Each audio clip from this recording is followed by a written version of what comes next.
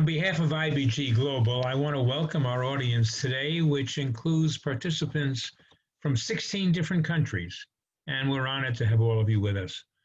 IBG Global is a worldwide business development organization with offices and staff in 53 countries, providing access to more than 150 world markets. At IBG Global, we specialize in developing and executing successful market entry and international growth strategies for our clients. We work to exceed the goals of our clients through a variety of business development activities, such as matchmaking, partner and joint venture sourcing, direct and indirect representation, site location and investment assistance across most major industries and product categories. These efforts begin with the establishment of client goals based on thorough market research, followed by the development of a strategy to achieve those goals. In a word, we're here to help you. Joining me today are three colleagues and friends with whom we've been associated for over 20 years. From Paris, we have Brigitte Le Borgne, the CEO of Lilly Perf. Brigitte, it's great to see you. And from Toronto, Ron Straatsma, the CEO of CDA Marketing Services. Thanks to you, Ron, as well, for joining us today. And from Riyadh, Saudi Arabia, Adam Hosier, the CEO of the Arabian Enterprise Incubator. Great to see you, Adam, as well. There's three of our 20 worldwide partners who will be sharing their thoughts about how each of you can best gain access to worldwide marketing opportunities post-COVID-19. So it's great to be with each of you on the panel today, and I'm sure our strong network will be of potential use to our viewers as they consider expanding into any of our markets. Today's session will not be a data-driven presentation, but rather a dialogue on the broad topic of what does the worldwide economic power shift mean for international business. Our aim is to bring all of you the accumulated business knowledge of our panel to help you grow your business. And because it's a dialogue, there's no need to take notes. We will send each member of our audience a link to the video for your use, as well as a link to the YouTube page where these are all stored. Our program today will be divided into sections with an opportunity for brief Q&A between each one. And for those of you online, if you have questions as the program unfolds, please use the chat or the Q&A function to send them over, and I'll summarize them at each break. If you want to find where you can find us, we will also send you the links to our YouTube channel and, of course, our LinkedIn page as well. So let us begin. Adam, the last few years have seen a diminution of the world leadership position once held by the United States, a rise in the influence of China and Russia, who seem to want to fill that void, and countries like Turkey, who are trying to increase their regional domination. How do you see this as affecting international business globally, and where do you think that'll lead us? Hi, Sherwin, and thanks for that introduction. And small point, but just in case he is listening, I'm not the CEO, I'm the founder director. But yeah, so on those countries, and I can only really speak from the Saudi perspective. I know this is a global forum, but I'm just going to give you the Saudi perspective. And I suppose actually it's a shame we don't have her on today, but Anna Bo-Rong from our Chinese office, she potentially would be useful on that question.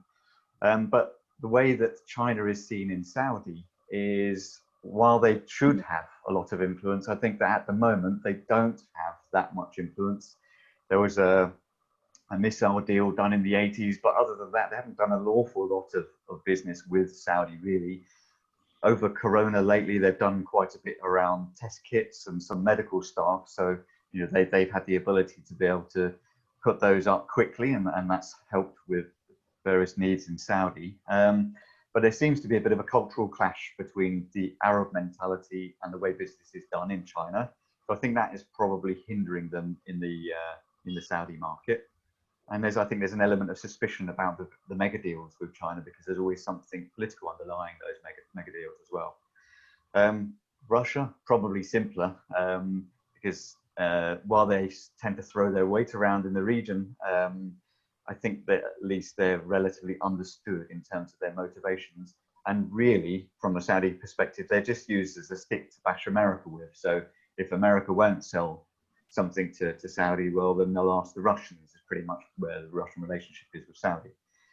But Turkey's the interesting one because, of course, you've got that cultural similarity, language similarity, and a very strong industrial ecosystem in Turkey, which is an ideal partner to a relatively immature industrial ecosystem in Saudi. So that's going to be the interesting one, I think, on the sort of macro side of things.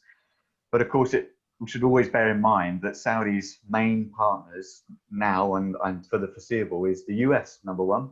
They'll always look to the US first, and possibly behind the US comes the UK and the EU. But they'll always go for the US first if they can. Of course, you know, price and everything else still comes into it, but US is a firm favourite. And we'll talk about it later, I'm sure, but Vision 2030 in Saudi, that's the key thing. But I won't hog the time on Saudi. Brigitte, what's your point of view from France? Of course, the perspective is totally different. First, happy to be here with you. Speaking about Turkey and Russia from the French perspective, it's really about political and energy influence in the region. Turkey is only the 14th partner of France, and Russia is accounting less than 2% of total exports. 75% of the export of Russia are made of oil and gas. I think maybe our colleagues from the Netherlands and Germany might have a very different point of view than mine, but for France, Turkey and Russia are not important partners. On the other hand, China, there is a growing concern, and COVID has played a big a big role in that, a growing concern about the dependence of France vis-a-vis China. There is a need, an aspiration of people here to have a traceability of product, to have durability, and also to have localization of production. And ideally localization in France or at least in Europe.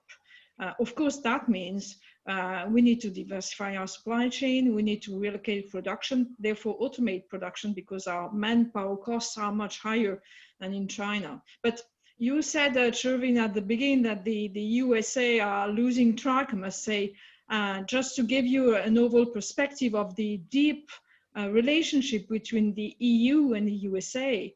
The USA investment in the EU is 3 times higher than in Asia. And on the other hand, if you take about the investment of the EU in USA, it's 8 times more China plus India investment combined. So, and 1/3 of that flow is intercompany. So it's not about to end, you know.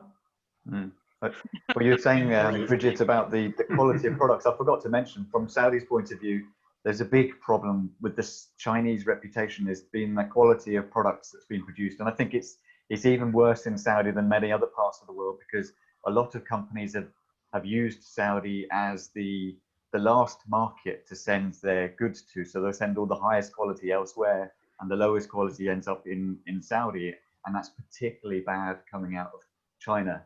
So there's a real reputational issue about quality of products from China. Ron, you have certainly a different perspective, but there is a lot of things going on between the US and China. How do you see that? Sure. Yeah, thanks, Brigitte. It really dominates economic discussions and political, of course. And, there's been triple shock over the last number of years. Obviously, this year it's the pandemic.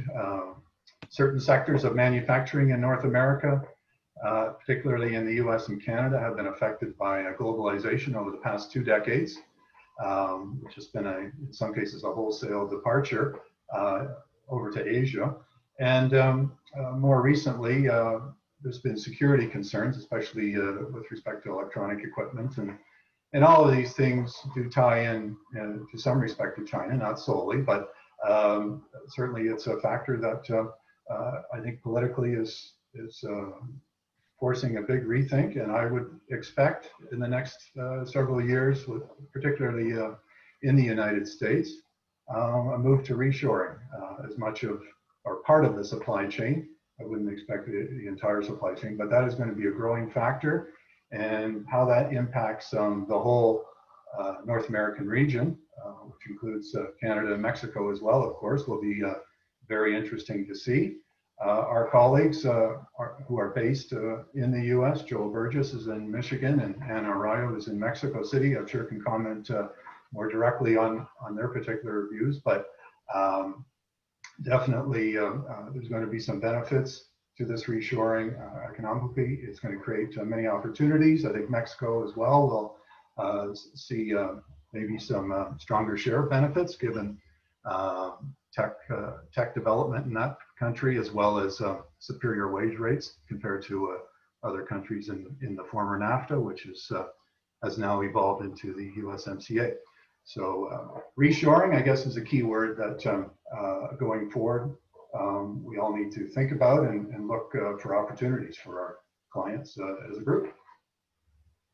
Interesting. You know, we were all together a year ago in Washington, if you recall.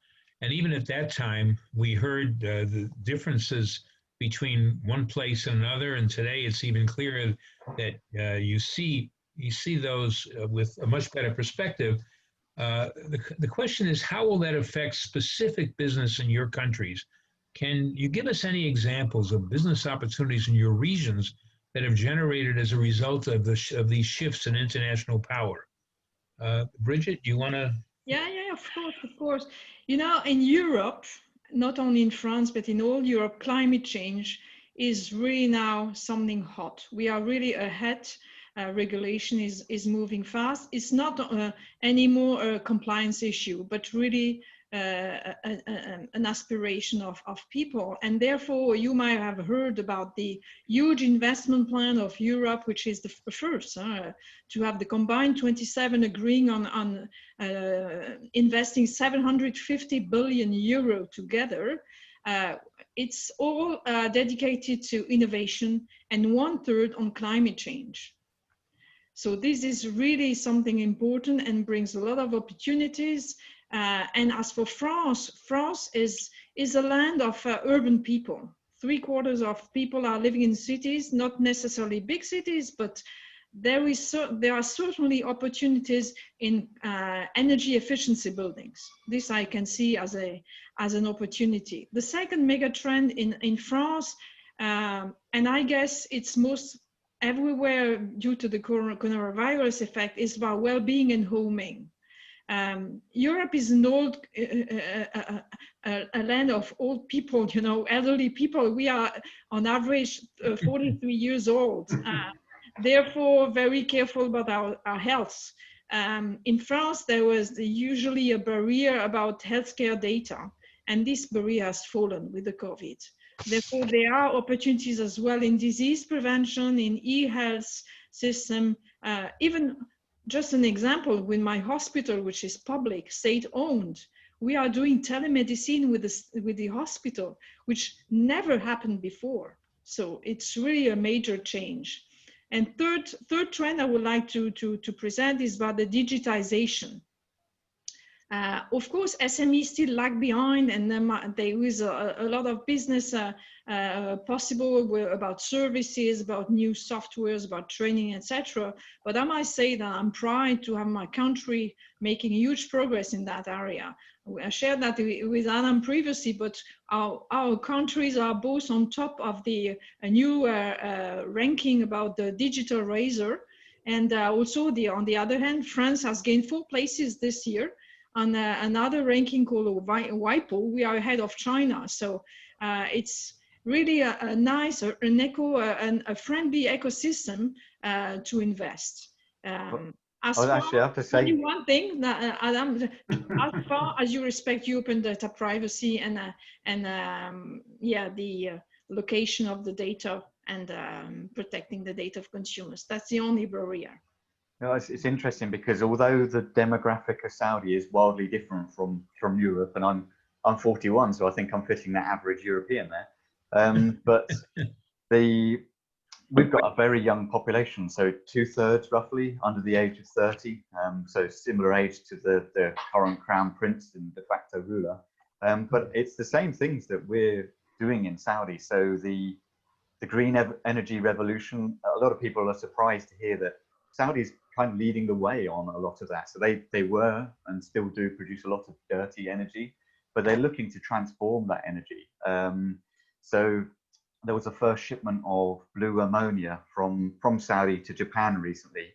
And blue ammonia is still dirty because it's ammonia, which is the modern fuel. It's going to replace a lot of other fuels, but it's being produced by fossil fuels at the moment. But the reason they've done this is they're heading towards green ammonia.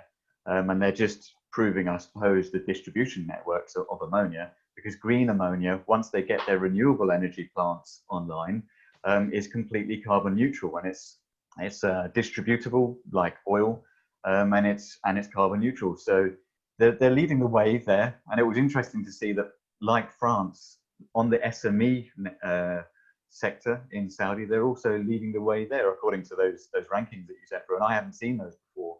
I knew that Saudi were doing a lot on the SME sector. We're an SME company in Saudi, so we get to see a lot of the regulatory change directly that they're enforcing and allowing people to have a bit more freedom in the country on the business side. So that's fantastic, and it just shows that Saudi is actually thinking about the same kind of things as Europe, but from a very different demographic in terms of the population being so young, Right. Which I think is probably quite interesting, really. And in terms of answering the question from the Saudi perspective, actually the worldwide trends for us maybe haven't changed all that much over the last couple of years. It's still about, and has been about, Vision 2030. So if you're looking at international business in the Middle East is an area of focus, then obviously Saudi, at around 80% of Middle East GDP, has got to be front and center of that strategy. So Vision 2030 is what you need to read if you're looking at Middle East expansion. Ron, what about you? Well, I would go back to healthcare technology as well, as Brigitte alluded to. Obviously, pandemic has accelerated the need for better equipment. It's certainly accelerated digital healthcare, and as a result, lots of opportunities to explore. I deal with startups and commercialized companies here in Canada and Toronto area in particular, vis-a-vis how to enter the US market and partnering there. And there's certainly lots of interest. They look to partner with larger companies and insurance firms in the United States in order to transfer technology. You'll find in healthcare in a number of industries, some of the larger corporates are always looking for new ideas, new technology. They're not developing it in-house, so they look to the startup community. And that's a global phenomenon, but certainly very robust here in North America, and lots of opportunities there in clean tech as well. I think when we look at energy in North America, we might be a little bit behind advances in Europe as far as government involvement. But the fact is, cost to generate solar power and wind power. Sorry to interrupt. You have 20 American states, which, at my knowledge, which have signed the Paris Accord, the COP21. I think. So Yeah, good on them. Yeah. But at any rate, the market is working its magic in terms of bringing costs, power costs of clean tech down, and that's going to continue. Battery technology for automobiles is set to skyrocket as well, and I think the future bodes well for those industries. And so Ron, I think people don't realize that Saudi are fully aware that the world is changing, and that while we might be able to pump oil out of the ground for the cheapest price in the world, nobody really wants to just burn that into the atmosphere anymore. And what they're looking to do is, actually, there's huge renewable energy projects in Saudi where they're looking to offset the oil that they sell with all of this renewable energy. So the renewable energy will supply the domestic needs, leaving them to be able to sell the oil, but also to up value the oil, doing things like green ammonia and so on, because they know that this drive and demand for oil won't be there forever. And actually, they've got a very valuable resource, and they need to make it last longer and make it more valuable. Yeah. Brigitte, we have a question for you from the audience. Somebody has asked, how does the EU view the hostile approach that the US takes in trade negotiations? In light of the green initiatives, it's going to cost the EU more in the short term, and how can the EU then compete with the US? You mean about the commercial barriers, which are discussed both in back and forth? That's the question? Yeah, presumably, the reader is talking about the hostile approach that the U.S. is taking in trade negotiations with Europe and what the result is going to be of all of that. First of all, I'm not in politics. And as I said before, the figures of trade between the EU and the US is very solid. Second, I think in the long run, second, you have elections coming in November, as far as I know. So let's see what happens then. And third, it's all about having, USA were strong and are still the first in as for GDP, but Europe is growing fast. Europe, it's maybe boring when you look at from the outside Europe, because it's tranquil. But look at the Brexit. Brexit didn't affect Europe. We are still discussing with the British people, and the guy who is in for Europe is very strong. And I hope from both sides we will have a good agreement, but Europe is solid. So now Europe is a valid counterpart and a strong counterpart of the US. It's the second GDP of the world, Europe, So I'm not afraid of commercial barriers. And I think in the end, we continue doing business together. I would just add. Sorry, look at LVMH and Tiffany at the moment, It's an example of great, I don't know what is going to happen if LVMH will take over Tiffany or not. I have no insider information, but it's an example of cross-Atlantic cooperation, whatever the political and trade barriers context. I have to say all these various. Go ahead, Adam.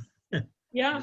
all the various trade barriers that do seem to be putting up by the old and bigger players in the world between each other, it seems to me that it's benefiting a lot of countries like Saudi, because actually Saudi is being able to build relations with lots of new international businesses who had previously, for instance, the UK and Brexit, previously doing a lot of business with their neighbours right next door, and suddenly finding that actually they need to look to new markets. Saudi, the rules haven't changed at all and are unlikely to particularly change. So suddenly you've got all these British companies knocking on the door of Saudi. Saudi's crying out for foreign partners for capacity transfer because they don't have the industrial ecosystem.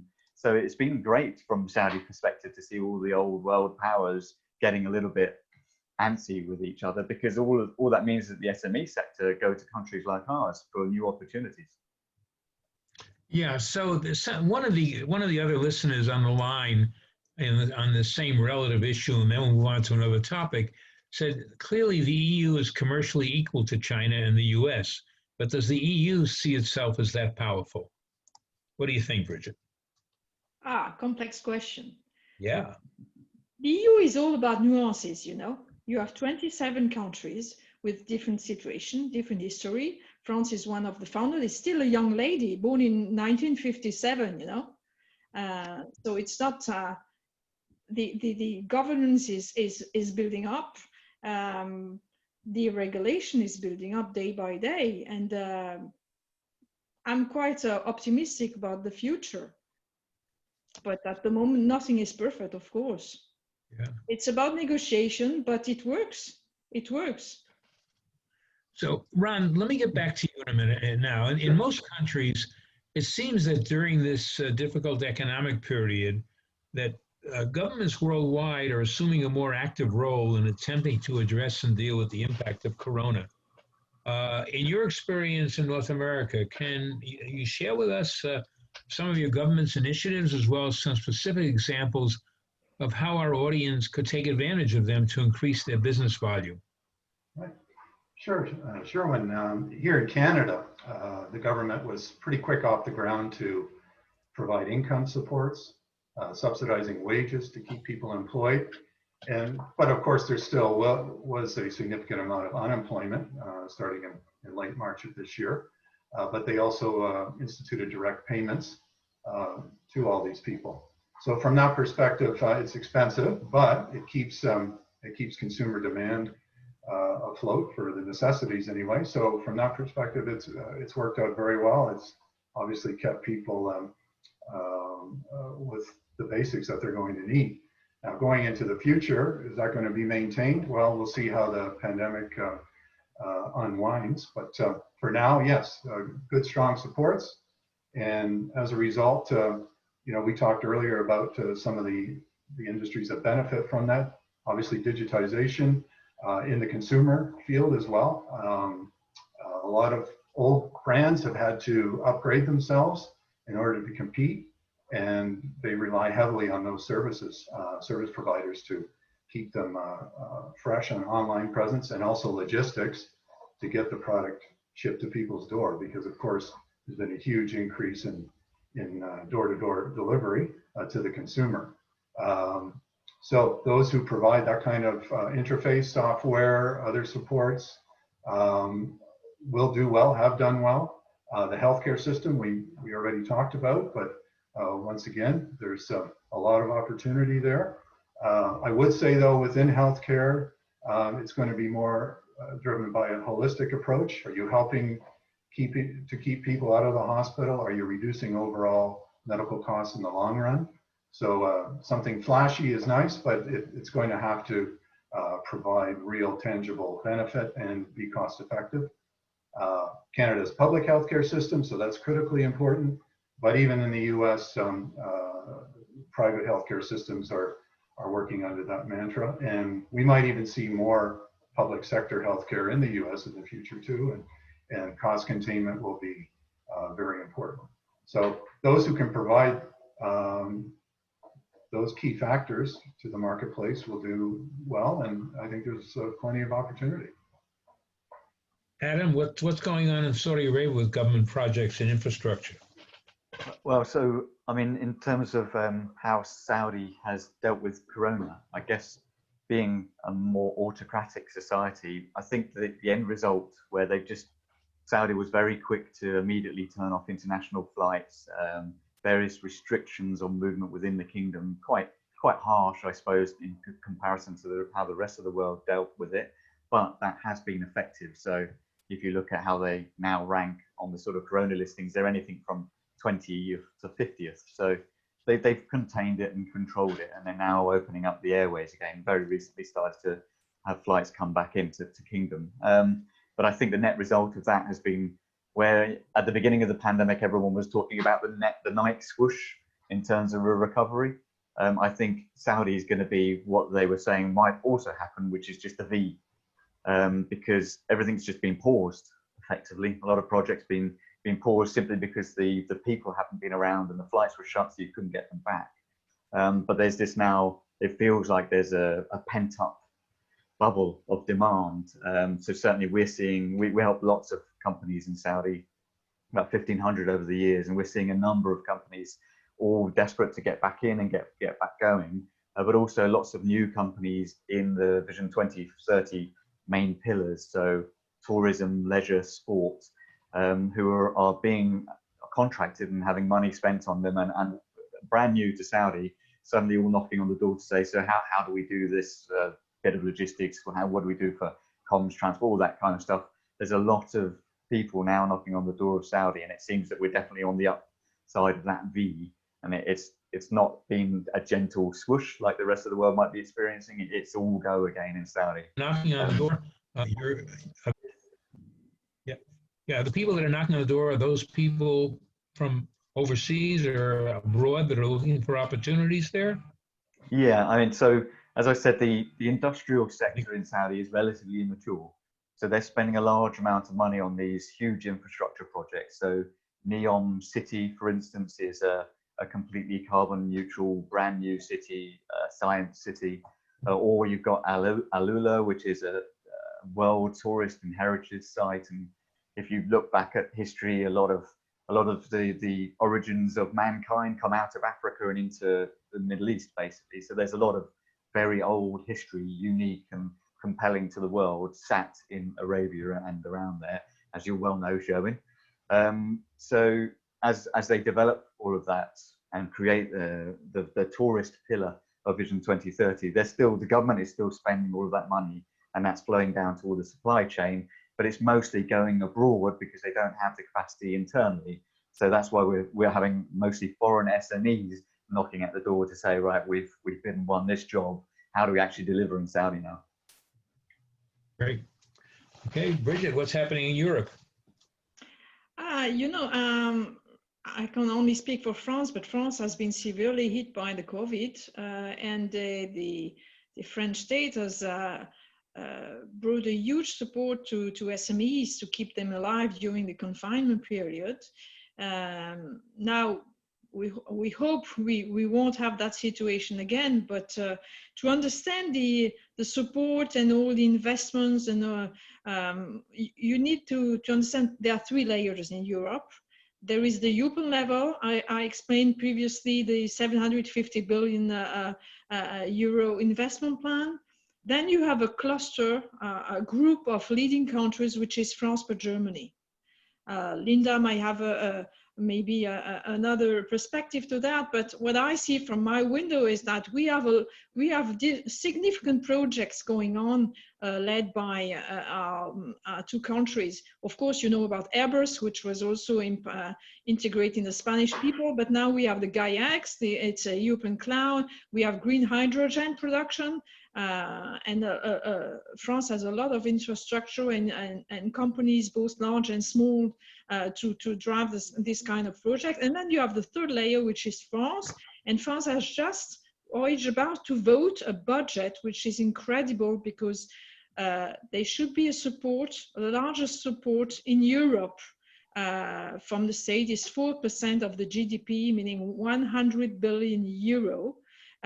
Granted to companies and citizens like me, of which 30 are going to go to green industry, transportation infrastructure, etc., and 10 in reduction of taxes. You know, France has historically had a tax disadvantage. The taxes were high, but despite the situation, despite the crisis, President Macron is keeping his objective of reducing the income tax to 25% in 2022, plus the production taxes also have been confirmed. The cut in production taxes has been confirmed. So it's really a huge investment to push really France as being attractive with a lot of also regulation changing. I must say that last year, maybe you didn't know, but France has been the first destination of FDI in Europe. It's first time ever with 1,200 projects coming in. That's interesting on the regulatory side. Again, parallels with Saudi, strangely, with France. But because of the oil price falling, Saudi's obviously got a lot stronger on its regulatory enforcement because they need those tax revenues. So VAT recently introduced and then bumped up to 15%. But it's having an interesting effect on foreign suppliers to the kingdom and also the indigenous market, because as they actually enforce the regulatory environment, which they've not been great at over previous years, suddenly you've got companies from abroad needing to apply VAT to their invoices, for instance. That means they need a VAT representative in kingdom. Actually, that's quite difficult. So then they're looking to set up an entity in kingdom, and the reinforcement of the regulatory environment is actually helping the SME sector, because foreign companies are effectively being forced, if they want to do the business, they're being forced to set up in some way or other in Saudi, whereas previously they were able to fly under the radar entirely and just do it as an offshore contract, avoid withholding and various other things. That's not really possible anymore. So that's another area we were getting a lot of people knocking on the door, Sherwin. Yeah, so it sounds to me, what you're saying is that there are any number of potential projects for overseas companies to get involved in. There are some limitations or some rules and regulations they have to follow, as everywhere. But the magnitude of the projects sound fairly large, you know, as a next step after COVID, with, you know, the possibility of attracting significant foreign companies into those countries. That's what I'm hearing you say.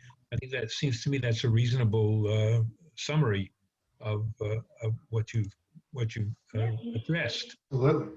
Yeah, the motto here in France is invest together, meaning between state and companies. Yeah. Because it's all about ecosystems.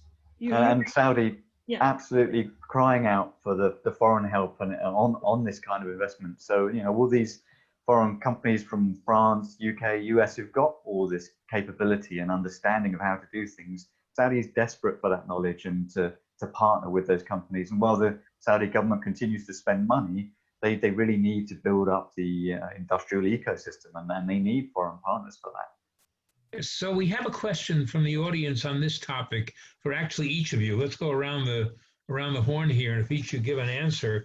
And one of our listeners said, what is the biggest challenge each of your countries face in encouraging investment? Adam, you want to start? Yep, okay. Fairly simple for Saudi, I think. It's reputation and in particular payment risk. Saudi is a very opaque market, or has been very opaque. It's improving, but it does have a reputation for non-payment. Most of that reputation comes from doing bad deals and not understanding the detail, because you can, particularly if Saudi government, providing the contracts are written right, you get the money. And they've even got electronic systems in place now to ensure that you get the money, providing you can prove you delivered. But there's still a whole reputational risk factor, and it is mainly payment risk. But there are ways and means to make sure that you get paid in Saudi, and Saudi is changing, and they know that they've got this reputational risk, which is why they've implemented systems like Etimad to make sure that people do get paid when they have an end user saying it's delivered. Interesting. Brigitte?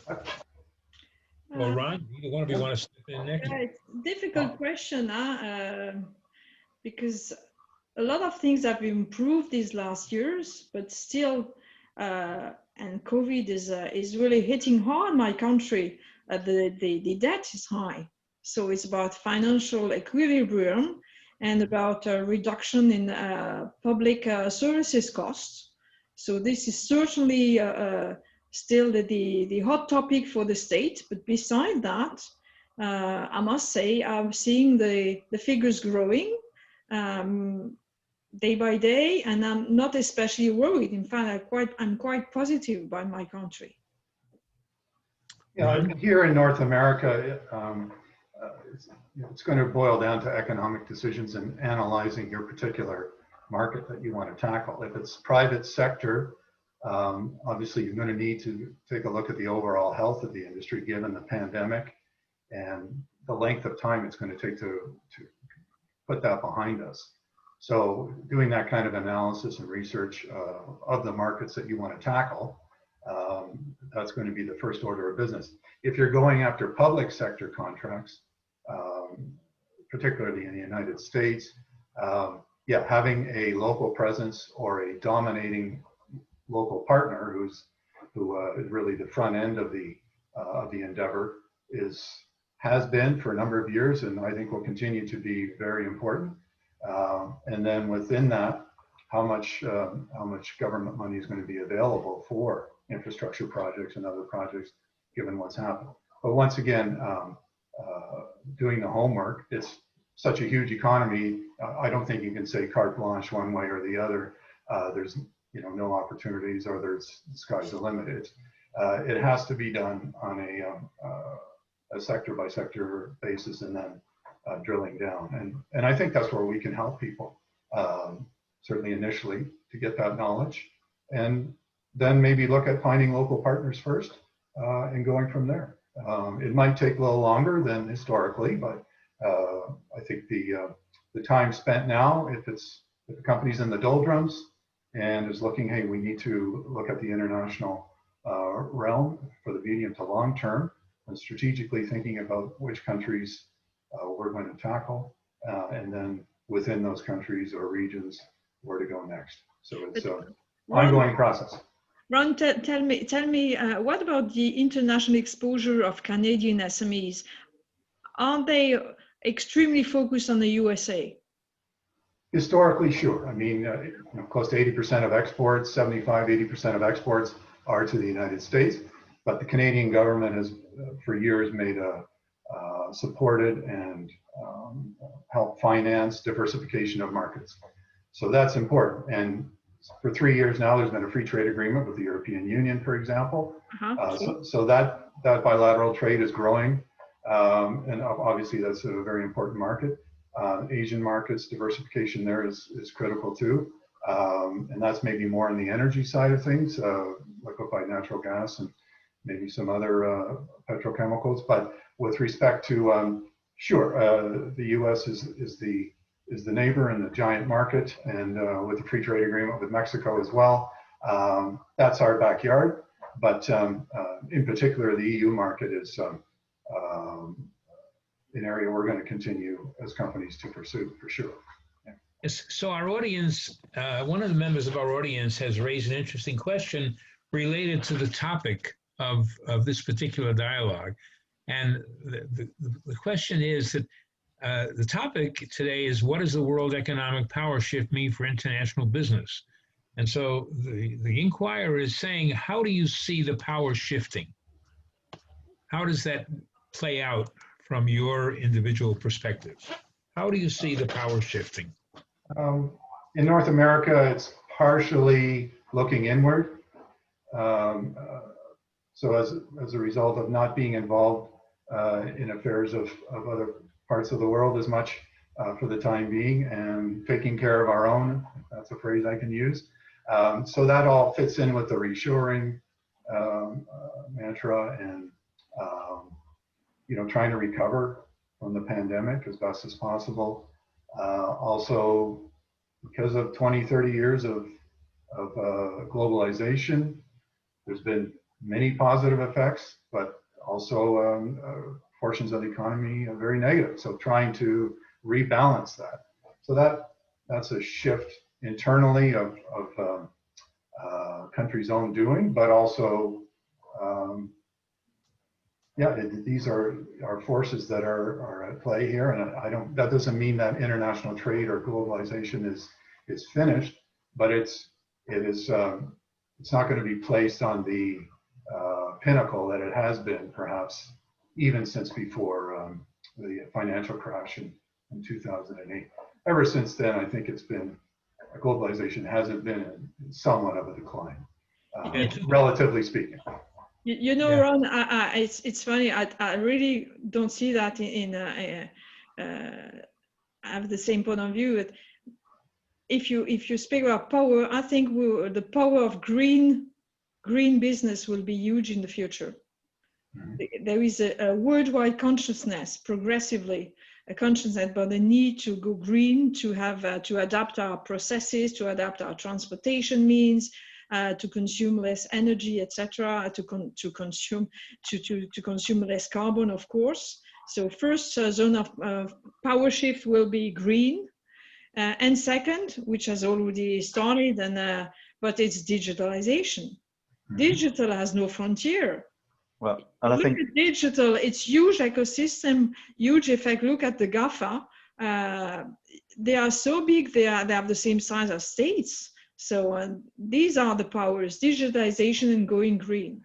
That's I think almost this power shift question, I think, goes beyond national boundaries completely now. Corona has come along, and I think what Corona has done almost is shifted the power towards the slightly younger generation. So in Saudi, you're seeing a lot of international business being done now, but all remotely, which was pretty much unheard of previously. But it's the younger Saudis that get on the Skype call, turn on the video, and you'll be so surprised to see that all the Saudis have their videos on. It's the Americans and the Brits and the Europeans that they're reluctant to turn the video on, but actually it makes a big difference. And I feel like this power shift is towards the younger generation, who are also more in tune with the fact that this is their earth. They're the ones that have to live on it for the next 50 years. And they've got a problem if it's going to be getting killed all over the place. So this green thing is huge. And for Saudi, which has not been a particularly green country throughout its history, to be so into the green future, I found it surprising. And I think it's because the youngsters in the kingdom are just becoming more dynamic. They're the more dynamic part of the kingdom. And Corona has only accelerated that. And it can only be good for the world as well. And I'm sure that's the same across other countries, but again, I can only talk for Saudi. Yeah, seems like it's important to point out to our listeners that the advantage of using our network, our IBG Global Network, is that we can assist our listeners in tapping into some of these shifts and the business that can be generated out of these shifts. And the fact that we have people pretty much all around the world gives them the option to capitalize on these shifts for profitability. We have roughly 10 minutes left in our webinar, and so I want to get to the sort of the main question of the day. That is, what are the next steps? How do companies worldwide move forward if they're ready to actualize their dreams, enter your markets as an example? What can each of you and our global network do for them? And ideally, could you share some examples? Adam, maybe you want to start with that. Yeah, sure. So, so as I said earlier, Saudi is still a relatively opaque market. So you do need to engage with somebody like us. And there are different uses available, but you need a local partner who understands the local market. That's particularly true in Saudi, but I think it's true in pretty much every country. Just to give you the which way is up.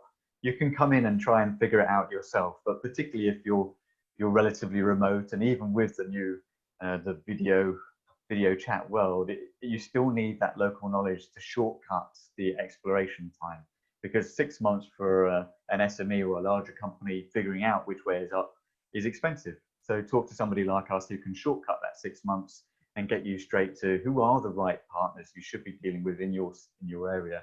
My company is not going to be the right partner if you're selling cheese, but we can tell you who the right partners are. And that I think is key. Shortcut the time into the market and make the most actually of the fact that the world is changing to do everything remotely like this, because it just reduces your overhead for getting into a country like Saudi. Yeah, I would agree, Adam. It's all about finding in the Canadian market, which is what I cover. It's finding the right sales channels or mix of channels. So, obviously starting with, you want to go direct sale or looking at representation, and within that, looking maybe at a top-down structure, who are the biggest players in the marketplace and who are placed at more niche, and really taking a good look at that and evaluating who to approach first, as opposed to maybe approaching everybody at once. You may want to do it sequentially and benefit from, if you find the right partner immediately, then not having to being required to contact everybody else. So there's a basic methodology, and as Adam says, reducing your initial market research time and contact acquisition time. I think that's where we traditionally, in my experience, have filled the best role for clients who want to sell in this particular marketplace. Now, if you're looking for companies looking to invest, in my experience, that's been mainly in the U.S. marketplace. There's a whole plethora of service providers and government and regional economic development bodies that can help you drill down and get all the data you need. So as far as, and that's available in Canada and in many countries, of course, as well, but helping people get those services and putting people in contact with those representatives quickly and on a targeted basis can greatly help as well. Brigitte? Yeah, what I'm saying to my clients here is that we live in a world of uncertainty and complexity. And most of the time when you're bringing something new to a market, it may involve innovation, and the market, you may not know it. The market, the frontiers are blurring. I would speak about arena. Therefore, what I recommend to my clients is first build a system of advanced signals, of monitoring your inflection points, because it's very difficult to know when to make a decision and what kind of go-to-market strategy you might have. And there are a lot of possibilities. So first of all, we can help on building this kind of economic intelligence system. I'm a CA. And the other point is that there may be two different situations for a company willing to export or to invest in a country like France, is whether it is part of their core business. They know already. The first point they need to think about is what is it new? What can I bring new to the market which hasn't been satisfied yet? Because France is a mature country, no need to do a Me Too approach, won't work. So what is new? What kind of job to be done from the customer do you satisfy? And it's a different way of thinking. And second, if you want to launch a new business or a new type or address a new type of customers, it's even different. You need to test, you need to learn about the market. So, and there are many ways in France to test through ecosystem between public and private clusters. There are a lot of innovation clusters, for instance, so that we can help as well to enter these clusters, to enter these the networks. And really, I would like to finish just my invention by the word ecosystem, because most of the investment now in the world are intangible. It's about IP, it's about data, it's about knowledge, and therefore, I really believe that the investment in the future will connect the usage and the physical goods, for example, a city or a transportation system, etc. So the ecosystem is really so important. And we locally, we know the ecosystem. We can facilitate a foreign company to enter this ecosystem and find its way to propose something new. Yeah, and I think a cheeky shortcut for all of the Middle East that you've just reminded me of, Brigitte, because obviously, you know, as you say, France has it's got everything in a way. So you need to stand out from the crowd. What the Middle East are doing, and Saudi with its Vision 2030, the UAE Vision 2020, and I think Qatar, Kuwait, and I don't know whether Israel has anything similar, but the region is, probably Israel's a bit more mature, but for those countries that are less mature, they're writing these documents saying, this is what we need. This is a huge requirements list for the kingdom and for those other GCC countries. So start with that, see, do you supply anything that's on that big need list? And if you do, then get in touch with companies like us, because we can shortcut getting you into the market, and the market is telling you already, we need what you've got to offer. Sherwin, I think you're on mute. Before we tie this all up, you know, we've gotten used to this whole Zoom communication and non-physical meetings. And one of our participants is asking a question related to that. And it says, with respect to international business, what are your perspectives that greatly enhanced future teleconferencing, such as holograms, may increase ersatz face-to-face meetings and yet diminish physical and intimate personal face-to-face meetings themselves? And how is that going to affect things if this whole process keeps developing and, for want of a better term, getting worse or getting better, depending on your point of view? How do you feel about that? I just will make a parallel with the meeting I had just previously, this conversation, where I was trained on Klaxoon, which is a French app from a startup on having virtual group thinking, you know, innovation and group thinking. And we discussed that what is the impact on the SMEs, which are client of these systems. And the CEO of one company said, I have even more contact with the consultant than before, because it's constant up-to-date refreshment of shared data, shared information, collaboration. So I don't think personally that digital will affect negatively international business. Yeah, I think I found it quite interesting the way the Saudis have picked up on the digitization so much more effectively than many other countries, because actually a meeting like this where you can see each other, the body language, it comes across. I don't know whether a hologram would particularly help with that. I guess it would, but actually this worked fine. And I think the thing is, it doesn't negate the need for physical presence, because there's just something about being in the room with someone that you know whether you can trust them or not. But it does a large portion of it. So what it feels like for Saudi is it's still going to be necessary to come, but maybe you don't need to come for 4 times a year now. Maybe you can just come twice a year, and actually you can meet far more often and get 90% out of it using Zoom. And that's the difference. It's reducing overheads, because we're seeing 90% of the information flow when you're also seeing a picture. Yeah, I would completely agree. The technology is not going to displace in-person interactions, but you will be able to reduce the amount of trips you need to make. And I think en masse, many people will be happy with reduced travel going into the future, even beyond the pandemic. And if you have software editors here, maybe in the audience, they might find new solution to have something even more interactive. You know, it's still progress to be made. Yeah, well, some of us still miss the hugs. I will say that to you. That you know, the meeting, this ability to meet and to see people across the world, and transfer over the obstacles of not being able to travel and what have you. Certainly is significantly less cost, but the fact is that sometimes it's nice to be able to shake somebody's hand or give them a hug or what have you. And some of us miss that very dramatically.